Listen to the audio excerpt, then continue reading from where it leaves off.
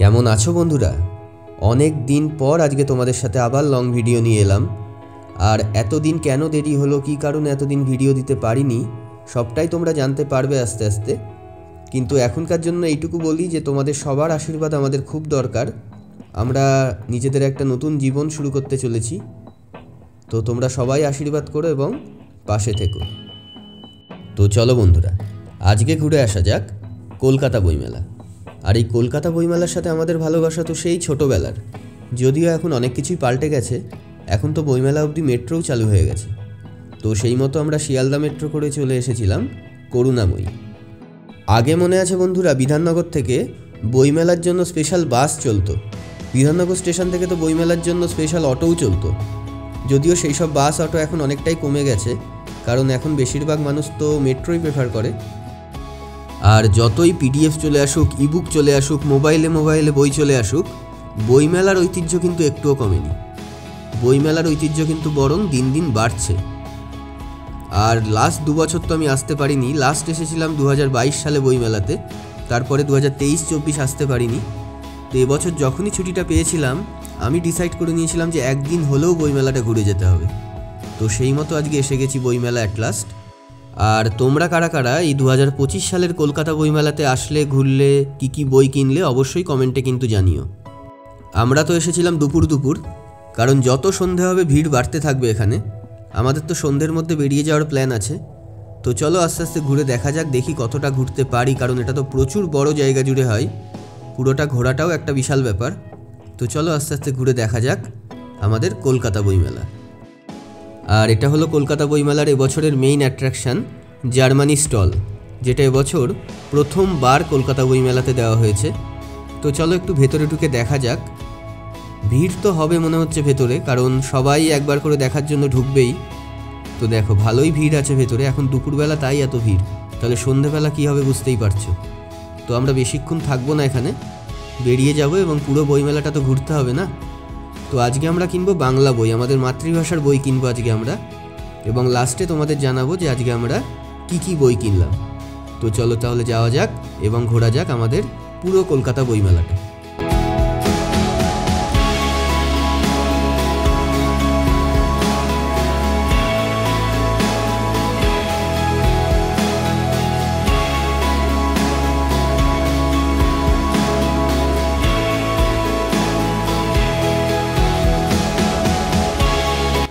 আর কলকাতা বইমেলাতে না যখনই আসি, বেশি করে মনে পড়ে হচ্ছে ছোটোবেলার কথাগুলো। কলেজ লাইফে তো প্রচুর এসেছি বন্ধুবান্ধবের সাথে, কিন্তু বেশি যেটা মনে পড়ে সেটা হচ্ছে ছোটোবেলায় যখন মা বাবার সাথে আসতাম, সেই দিনগুলো কিন্তু বেশি মনে পড়ে। সেই মা বাবার সাথে আসা, ভূতের বই কেনা, এবং তখন তো ছোটো ছোটো বই কিনতাম। তখন তো আর এখনকার মতো সেই ভারী ভারী বই কিনতাম না, এই সমগ্র তখন অতটা কিনতাম না। তখন সেই ছোটো ছোটো বইগুলো কিনতাম। সেই স্মৃতিগুলো কিন্তু বেশি মনে পড়ে।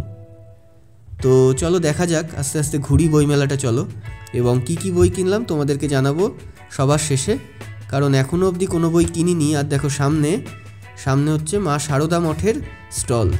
তো এটার ভেতরে ঢুকবো, এবং আমি নিজে যেহেতু রামকৃষ্ণ মিশনে পড়েছি ছোটো থেকে, বইমেলাতে এলে কিন্তু আমি রামকৃষ্ণ মিশন বা সারদা মঠের যে স্টলগুলো সেগুলোতে একবার করে ঢুকি। তো চলো দেখা যাক ভেতরে কী বই আছে। এর বেশিরভাগ বই আমার বাড়িতে আছে, কারণ আমাদেরকে তো মিশনে পড়াতো এইসব বইগুলো, এবং পরীক্ষাও হতো। তো সেই জন্য অনেক বই এখানে এমন আছে যেগুলো আমার কাছে অলরেডি আছে। তো তাও একবার ঢুকেছি, এবং ঢুকলে ভালোই লাগে, মানে নিজের ফিল হয় একটু। তো চলো আস্তে আস্তে এগোনো যাক সামনের দিকে। আর ভিড় কিন্তু বাড়ছে সময়ের সাথে সাথে।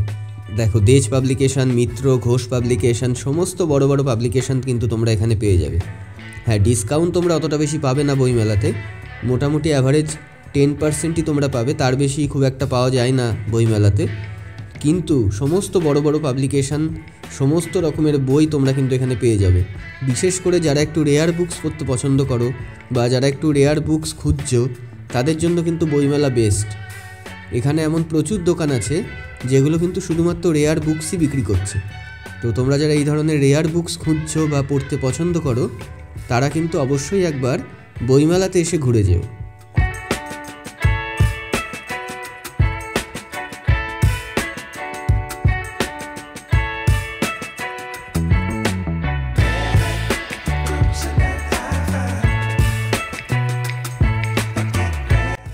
আর এই ধরনের ফাংশানগুলো বইমেলাতে দেখার মজাই কিন্তু আলাদা।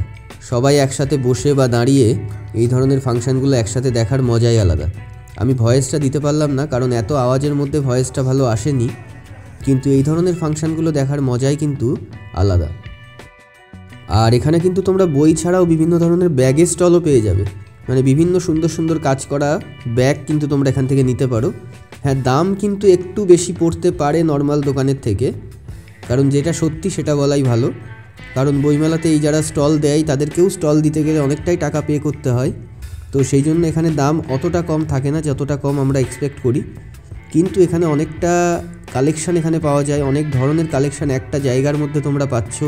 বইমেলাতে কেনাকাটি করার একটা আলাদা আনন্দ আছে। তো সব মিলিয়ে একটু দাম বেশি হলেও কিন্তু আমরা সবাই বইমেলাতে আসি এবং বইমেলা থেকে কেনাকাটি করতে পছন্দ করি।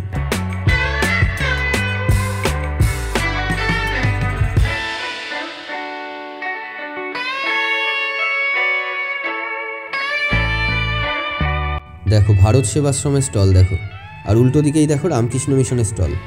এটাতেও যাবো আমরা। রামকৃষ্ণ মিশনের স্টলে তো আমাকে যেতেই হবে, কারণ রামকৃষ্ণ মিশন আমার খুব প্রিয় একটা জায়গা। আগে আমরা দেখে নিয়েছি সারদা মঠের স্টলটা, এখন দেখব রামকৃষ্ণ মিশনের স্টলটা। তো চলো দেখা যাক রামকৃষ্ণ মিশনের স্টলে কী কী বই এবার ওরা রেখেছে নতুন।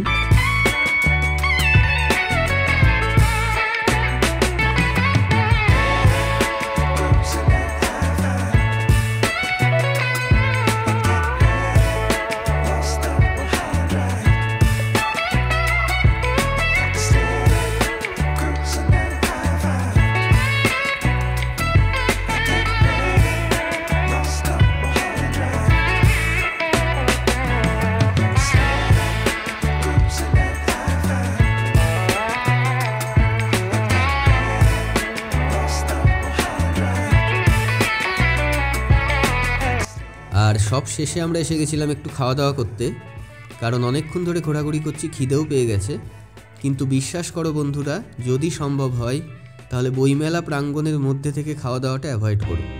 তোমরা যদি এমনি বাড়ি থেকে খাবার নিয়ে এসো সেটা আলাদা কথা, কিন্তু এইখানকার কোনো দোকান থেকে খাবার কিনে খেও না, অত্যন্ত খারাপ খাবার। সে তোমরা যত বড় দোকান থেকেই খাবার খাও না কেন বা যত দামি কোনো দোকান থেকেই খাবার খাও না কেন, আমার পার্সোনাল এক্সপিরিয়েন্সে কিন্তু খাবারের কোয়ালিটি এখানে খুবই খারাপ। আমরাও বেশ কিছু ভালো দোকান থেকেই খাবার ট্রাই করেছিলাম, কোনো দোকানের নাম আমি এখানে নিচ্ছি না, কিন্তু তাদের খাবারের কোয়ালিটি কিন্তু অত্যন্ত খারাপ।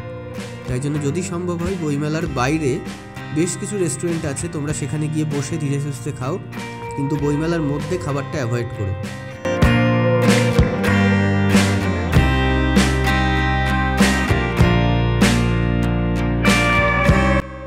তো ঘোরাঘুরি খাওয়া দাওয়া সব কিছু তো শেষ, এবার বাড়ি ফেরার পালা। আর খাওয়া দাওয়ার এক্সপিরিয়েন্সটা তো অতটা ভালো ছিল না, কিন্তু বইমেলার এক্সপিরিয়েন্স তো অলওয়েজ ভালো। আর আজকে আমরা কিনলাম বিভূতিভূষণ বন্দ্যোপাধ্যায়ের অলৌকিক সমগ্র, শিবরাম চক্রবর্তীর একটা বই আর দুটো হনুমান চালিসা, বেশি কিছু কেনা হয়নি। তো দেখো মেট্রো থেকে বইমেলাটা কত সুন্দর লাগছে দেখো, আর কত বড় এরিয়া জুড়ে বইমেলাটা হচ্ছে দেখো। আমরা যখন বইমেলার ভেতরে ঢুকে যাই তখন কিন্তু এটা ফিল করতে পারি না যে কত বড় এরিয়া বইমেলাটা, কিন্তু মেট্রো থেকে দেখো কত সুন্দর লাগছে আর কত বড় এরিয়া জুড়ে বইমেলাটা দেখো, চারদিকে শুধু আলোই আলো, খুবই সুন্দর দৃশ্য এটা। আর তোমরা কারা কারা এবছর বইমেলাতে এসেছো অবশ্যই কিন্তু জানিও কমেন্ট করে, কি কি বই তোমরা কিনলে সেটাও জানিও। আর ভিডিও কেমন লাগলো সেটা তো অবশ্যই জানাবেই। আর ভিডিও ভালো লাগলে চ্যানেলটাকে সাবস্ক্রাইব আর ভিডিওটাকে লাইক করে দিও। তাহলে দেখা হচ্ছে পরের ভিডিও।